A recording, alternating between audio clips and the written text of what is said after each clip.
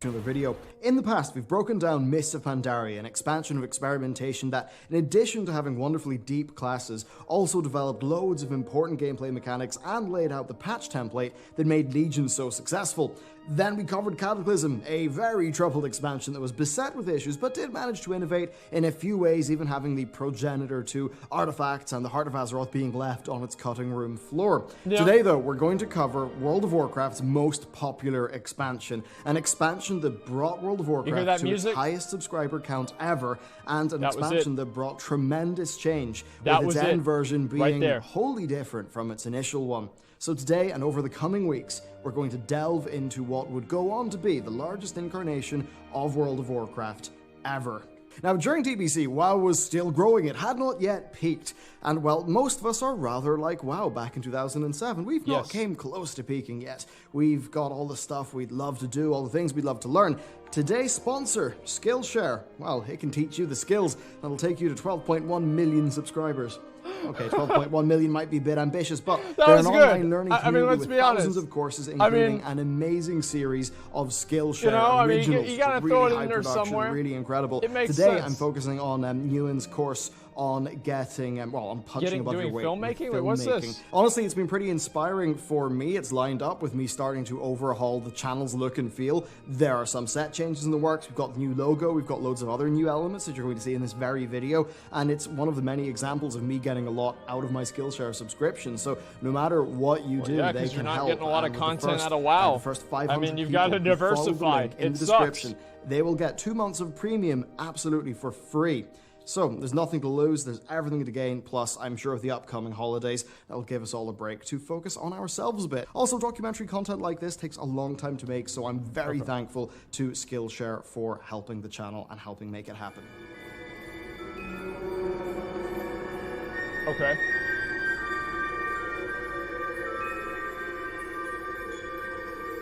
Wait, oh, they just marked down the gate.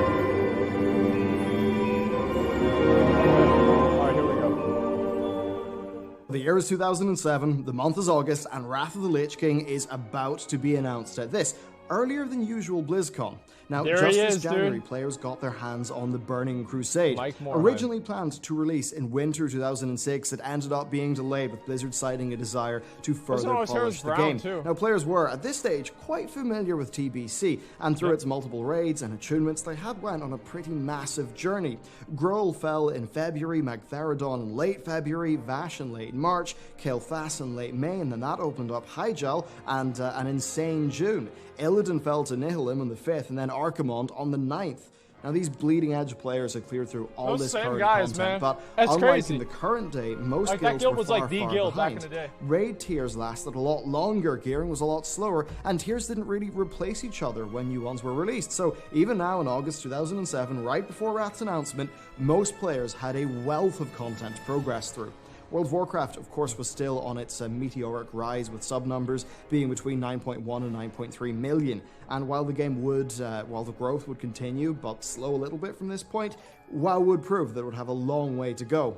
Now, this time, WoW's story was directly tied to Warcraft 3, with the Burning Crusade having us knock out many of that game's characters. Now, we all remember the end of Warcraft 3. Illidan was defeated by Arthas, and then he fled back across the Dark Portal. That was actually a cinematic, dude. Saw us it was so bad, but it was all we had. Two big Warcraft characters. So, in BlizzCon 2007, going into it, everything was pointing towards the Lich King. Great place to tell you that the dev team's been hard at work on the second expansion for World of Warcraft, Wrath of the Lich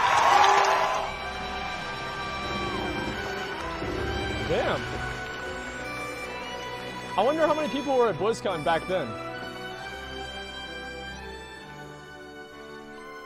Yeah, I really wish they had redone the Illidan versus Arthas. We were going to Northrend, Azeroth's frigid northmost continent that was first revealed in Warcraft 3 and then expanded upon in its expansion, the Frozen Throne, which of course is where we saw Arthas transform into the Lich King when the original Lich King, Ner'zhul, commanded Arthas to return to Northrend to defend him. That, of course, led to the climactic duel with Illidan, and then Arthas' Illidan was trying to become the Lich King too. Illidan fled to Outland, and in the Burning Crusade, we defeated him.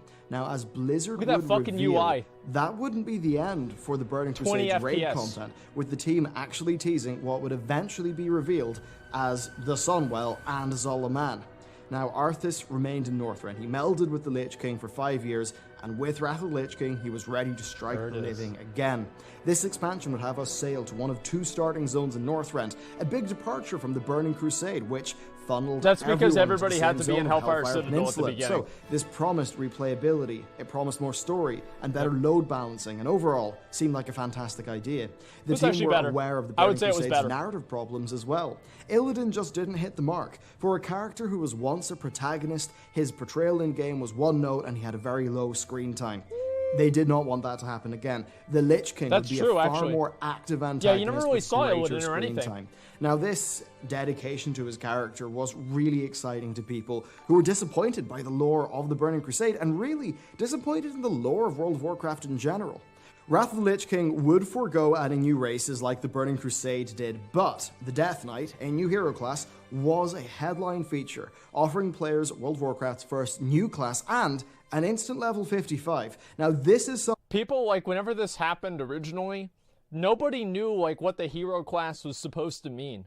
So whenever DKs were just completely fucking overpowered in the first tier of Wrath, everybody was like, is this what's supposed to happen? Or, why am I playing a warrior? Like, what's the point? They didn't even know. Yeah, they were a hero class. And they played like it, too. Especially at the beginning of the expansion.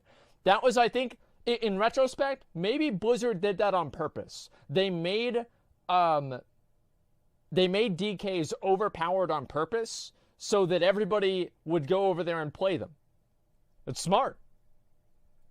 Something that was greatly valued at the time because leveling from 1 to 55 took many times longer than it does today. Now, the Death Knight would be a unique tank and DPS hybrid with a focus on melee casted abilities, plus an innovative rune system and a unique starting experience.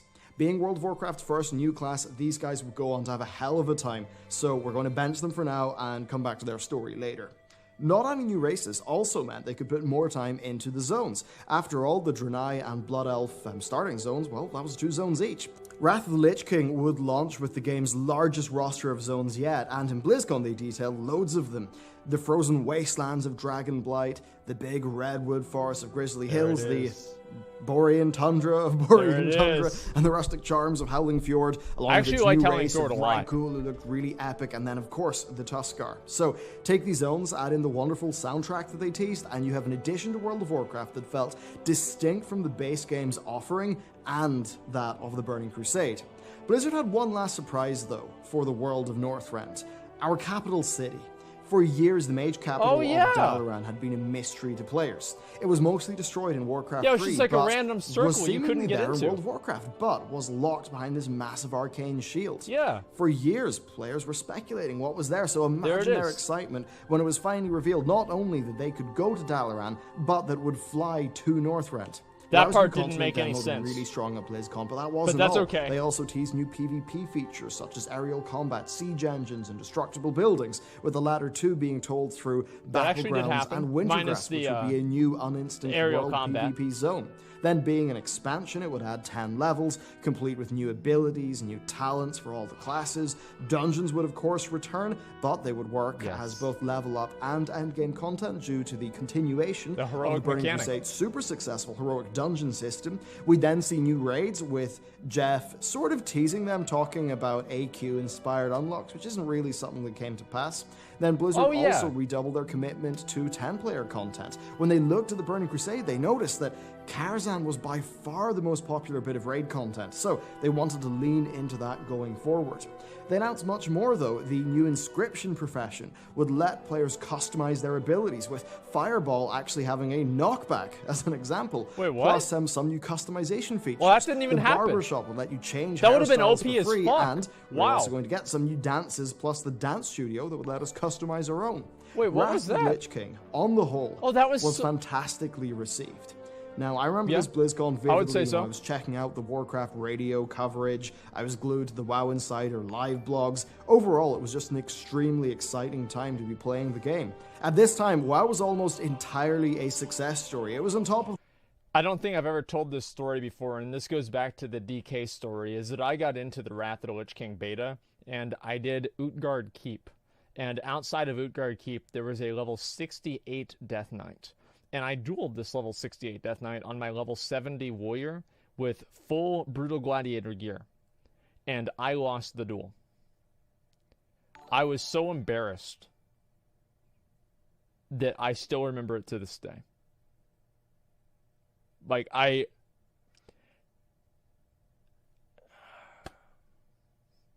was a bad time. Okay? It was a very bad time. The world. Sure, there were dramas. The forum posts were always talking about the game dying, but for the most part, it was moving from strength to strength, and this expansion looked incredible. Of course, BlizzCon would end, but Wrath would not come out for another 16 months, but thankfully the Burning Crusade was very healthy. The design of its raid content had such tremendous longevity because of how subsequent raids did not really replace each other. And this essentially meant that it had a diverse roster of active raids, especially back whenever the game was gaining subscribers, which acted as a casual, friendly 10-player option. Now, this is something that they would soon dabble in again with patch 2.3 Zalaman, but 2.3 did a lot more for the game. It added guild banks, but for the most part, what players were really excited about was the leveling changes. Blizzard decreased XP requirements by 15% and increased XP gain from quests. Now, this was especially focused towards the 30 to 60 bracket. Shit, I had no idea. We also saw more quests being opened up to solo players, with areas like Stromgarde no longer being crammed full of elites. Now, look, 50 to 60 still was a legendary drag, but this was a big improvement for the early game, and Blizzard knew that it was something they needed to do if they wanted to put yet another 10 levels onto World of Warcraft. Oh, and this patch also revamped Duskwallow Marsh, which is a very welcome little addition. So this patch, along with the longevity of the existing content, kept players going, though all the while they knew that there would be a final tier, the one that the developers had teased during BlizzCon. So 2.4 Fury of the Sunwell was this new patch, and it brought a new island crammed full of daily quests that were unlocked on a server-by-server basis over time, a new 5-player dungeon with Magister's Terrace, and then a 25-player raid with the rock-hard Sunwell. This patch came out in May, but it would take a total of 66 days for its final boss, Kil'jaeden, to fall, going to show that this patch for regular raid teams would last for quite a while. Now, unlike future expansions such as Mists, the Burning Crusade would enjoy a successful latter half, with subscribers continuing to rise. The Burning Crusade story as an expansion, though, is one for another time, and because they kept playing while the game. all this was happening, the team were deep into development of Wrath of the Lich King. So the team had a number of goals when they looked forwards from TBC. TBC's questing was pretty impersonal, and it didn't really cover that much lore that well. Then looking at the zones, they realized that they wanted to return to something a bit more familiar, but done at a scale that was only possible because of their experience with Outland, as well as a number of technical improvements with the engine. Maybe I'm actually really nostalgic about Wrath. Was to bring us the story of Arthas and have more personalized questing. They focused on building a relationship between Arthas and the player. Oh yeah, that's the guy that lied to you. Personal questing did not end there. Fuck that guy. Many remember quest lines like Ares and Crusader Bridenbard, which, at the time, even though they had standard mechanics, proved themselves to be a cut above the rest in terms of storytelling. Blizzard's narrative ambitions also then extended to dungeons, which were now designed to tie a little bit more into the narrative I hated that dick sucker of a boss. Now, from watching the old interviews and the DVD features, it was really clear that the team just were not happy with how the ambitions also then extended to dungeons, which were now designed to tie a little bit more into the narrative of each zone. Now, from watching the old interviews,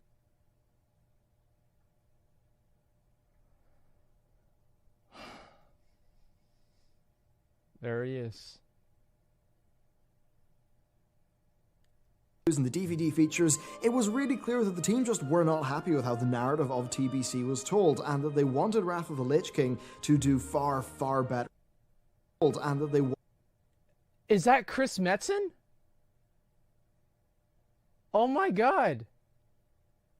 Wow. Oh, it's Bono. Yeah. Wow. That's... wanted Wrath of the Lich King to do far, far better in that regard. Now, once locked in, development of zones seems to have been quite smooth. When comparing the original concept map to the finished one, you really do see that not much changed. Broad strokes, I mean, sure, shapes and layouts a bit, but overall they seem to have got the right picture. BlizzCon 2007 laid out many general ideas for this expansion, but at that point it was clearly quite early in development, especially from a systems perspective. The Death Knight, for example, only had a few abilities, and their rune system wasn't really fleshed out. Now, the Death Knight would continue to be a work in progress. Oh, it didn't even have them there. Development. and also many patches and expansions after Wrath.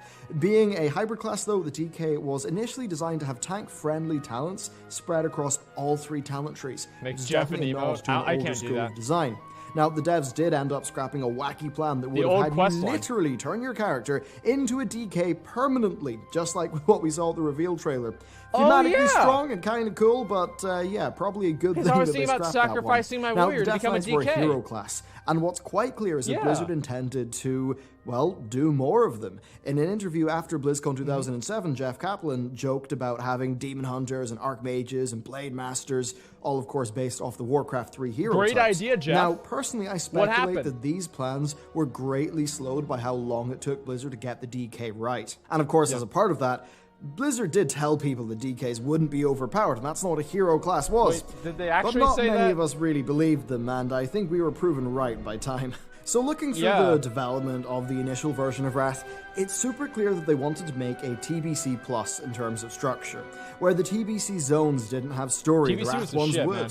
Illidan wasn't seen much. Overwatch so happened? Arthas would Yeah, I be. mean, think about that. Badges of Justice were successful Jeff went and made experiments, Overwatch, so Wrath and would move Overwatch on is fucking to having amazing. a 2-tier Justice and Valor system.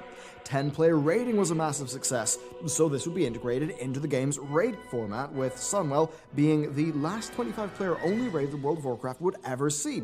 Heroic Dungeons were, of course, a Wow. big success in TBC, Yeah, but that's Blizzard actually worried true. they were a bit too Holy hard, shit. so they wanted them to be more accessible in Wrath. Attunements were a bit too exclusive, so Wrath What do was you mean, loosen up dude? on that. They then looked That was at the perfect. classes of the Burning Crusade, and they started to slowly move in the direction of bring the player, not the class. A little bit less so at the start of Wrath, but you can definitely see how they attempted to smooth out the largest Burning Crusade was a little bit differences overboard, between the classes. on having to bring now, certain moving on classes. from the Burning Crusade To be fair. Wrath for a player would be quite intuitive, which really is quite different to the current game, where you generally That do was have supposed to to do be a a lot raid, of external that reading castle. for a new expansion. Blizzard's goal really does seem to have been to deliver a more accessible and ideally more popular incarnation of what made the Burning Crusade strong. Now, do remember that many of the features Which that indirectly Wrath was is what led to remembered Wrath for, of the Lich like King's dual demise. spec and LFD, they just weren't implemented yet, and they would not Yeah. be for quite some time. But that said, there were some other things. There was the introduction of phasing. This would let Blizzard move you between different versions of the same area, and that allowed them to have the world react to your actions. It wasn't deftly done, and it did have some downsides, but it was a massive leap forward for storytelling, allowing Blizzard to show events like, say, the Wrath Gate more viscerally through the world. That We was then like- also yeah, saw I a guess host that's of whenever they visual did do improvements, phasing. including the more realistic shadows that we have to this day, and enhanced visual quality that, combined with their natural Rotating increases balls. in design experience, really That's Wrath left of the Lich Northrend King. shaping up to be one of the best-looking continents yet. Blizzard also introduced new vehicle mechanics, as well as an open-world PvP zone I actually to use didn't them hate in the with vehicles. Lake Wintergrasp. I know Now, a lot the of people teased say that, aerial like, that they didn't combat like did it. not I- make it I in. didn't That hate 'em seems at to have all. been dropped during development, but everything else pretty much did, and this gave us our first taste of a big siege battle in World of Warcraft. But that wasn't all, because the team then went on to add PvE quest content and a miniature raid into Wintergrasp, which gave that big PvP battle some real stakes for the world. We then had UI additions. There was the Xbox Live styled achievements, which gave players a sense of progression, and more importantly, gave Blizzard Gave a them new something vector to to do. deliver rewards, and then of course the new calendar feature, which would be pretty damn handy for guilds. The WoW development team yeah. also saw some changes. Wrath never actually used saw that. I now couldn't game figure it director out. Ian Hazacostas join as an encounter designer, I mean, as thanks well for as the 5, man. hiring of Greg Street, appreciate who of everything course about is this. more Thank you. commonly known as Ghostcrawler. Now look, I would be lying if I said that it all went perfectly. Azul Narub was the largest casualty of development. That's too now, bad. while it would become 2 dungeons, it was actually meant to be a full questing zone at one point. This would have been a massive departure, completely different That from would have the been other fucking amazing if they expansion made that a raid. zones. But for whatever reason, it was cancelled. Now, the date too of this bad. is hard to pin down, because it was not announced during BlizzCon 2007. Oh, there it is. And Ghostcrawler did say that cutting it was like, it was a big regret to him that it didn't pan out. Thing is, he was Wow. hired February 08, which means that this was sucks. probably cancelled in the latter third of the expansion's development. Whatever the truth is, though, I think it might be a while sad. before we find out. The next major casualty is Crystal Song Forest content, because, well, it's a beautiful zone. It's so unique looking, but Oh, do you guys remember doing the quests in that area? Yeah, me either. the lag caused by Dalaran would degrade gameplay too much and lead to too many server and stability issues, which is why the zone is pretty much barren of things to do. Then finally, while the barbershop People used to have such bad computers in Wrath of the Lich King that they would have to make sure to not look in the general direction of Dalaran, or it would just brick their computer. It would just stop working. You just look at Dalaran, it's like looking at the sun, and it just blinds you. Did make it in, the announced dance studio did not. Many were sad about this, and you know, I can completely see why. That said, I don't think it's I don't think anybody was disappointed feature. about the dance So studio. development seems to have went quite well following from BlizzCon, and players were actually kept happy with Zolaman and Sunwell, with the Wrath beta test beginning only a few months after the first Kill Jaden kill. Now, Wrath's beta seems to have been a resounding success, with the press consensus at the time basically being that, yes, this is still very much World of Warcraft, but it's the best version to date, with Blizzard's greater attention to detail in the questing and the zone design really shining through on first impressions. Then, of course, shortly after that, the release date was announced, along with the announcement of the pre-patch. This is a pre-patch that would be like no other before or since. Patch 3.0.2, The zombies, Echoes dude. of Doom, releasing the 14th of Ooh, October the 2008. zombies. And things were quiet for a while. People were in town enjoying new talents like Titan's Yes. Grip, and they were seeing what their class changes felt like. They were customizing their hairstyles for free at the new barber. That was actually the only thing that I did in the new patch, is I went over and I changed my character's hairstyle, and I was like, okay, that's it, we're ready for Wrath. That was the only thing I needed to do. Quite normal, but then the Lich King attacked.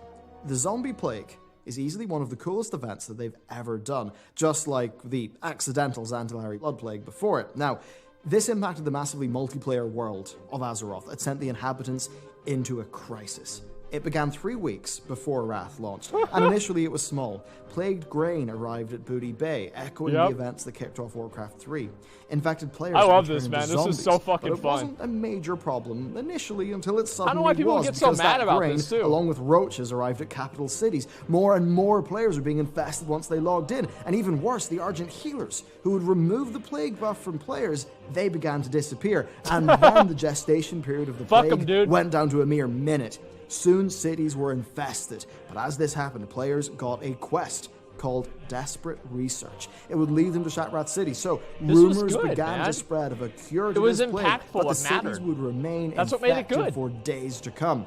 And this was such a special time to be playing. You were seeing groups of players fighting off the plague, being pushed back, and being overwhelmed. People were retreating to There it safe is. hideouts, and it was just amazing seeing a virtual world react to a plague, react to something completely People got really upset catastrophic. about this shit, too. Was this sustainable? No. But was it unique and interesting and worth doing? I think absolutely. Now, the Lich King had more in his arsenal, and shortly afterwards, the cities came under attack by frostworms and undead soldiers with big, floating necropoli dominating the skyline. It was quite the image, and it could not have set up Wrath of the forgot Lich all King about better. that. The With the pre-expansion frostworms. event finished, Holy we only had to shit. wait until launch day, which meant that every day... Yeah, no, my mom actually almost quit the game over the zombie invasion. She's like, if they have this for one more week, I'm gonna quit this game. I'm sick of going to the auction house and dying. There was one time a zombie ran me down, and I knew what he knew what he was doing. He knew what he was doing, and he killed me anyway. She was fucking pissed. Like, that was probably the only time that I ever saw my mom legitimately mad about WoW, besides the Dire Mall incident. Leading up to the 14th of November felt longer and longer. I watched it happen, too. Like, she'd target a zombie that was a player, and he'd be like, hey! And then she'd try to get away from him, but he'd just get her anyway, you know? Because she didn't know what she was doing. It was pretty fucking funny. Longer than the last. But eventually, that day would come. Wrath of the Lich King would release. I to the never did public. it to And her. this would kick off a period I of should've, though. intense That's a good change for the idea. game, as I WoW never thought of transformed that. itself, setting up many future successes, but also future failures, and also reaching its highest point ever. So, join me next week where I'll go into depth on the launch of Wrath, what the game was actually like to play, how its systems worked, and what made it distinct both from the game as it is now and what Wrath would develop into by the time 3.3 rolled around. So, thank you very much for watching this video. I love putting the documentaries together. They take a long ass always really time, fun, but it man. does just let They us were. go back and I think bring some of the history of World of Warcraft to the front when, you know, it's a game that's so old and most of the people playing now, you know, they probably haven't seen these expansions, so I think it's just so interesting to talk about this stuff. So, yeah, there you go. That is part one. subscribe for part 2, which will be next week, and this will be continuing throughout December. I really hope you enjoy it. I've loved making it. Thank you very much for watching. I'll see you next time. It was a good video. It was. Wrath of the Lich King, like, if I look back on it, there were a lot of legitimately, like, great things about Wrath. And while I do believe very firmly that Wrath of the Lich King was the beginning of the end of the game, and I think that it set the stage for all of the bad problems that WoW has nowadays, I legitimately feel that way. A lot of people think Wrath is like this great, amazing thing, etc. To me, it was good, but I think there was also a lot of mistakes that were made at the same time. I absolutely do feel that way.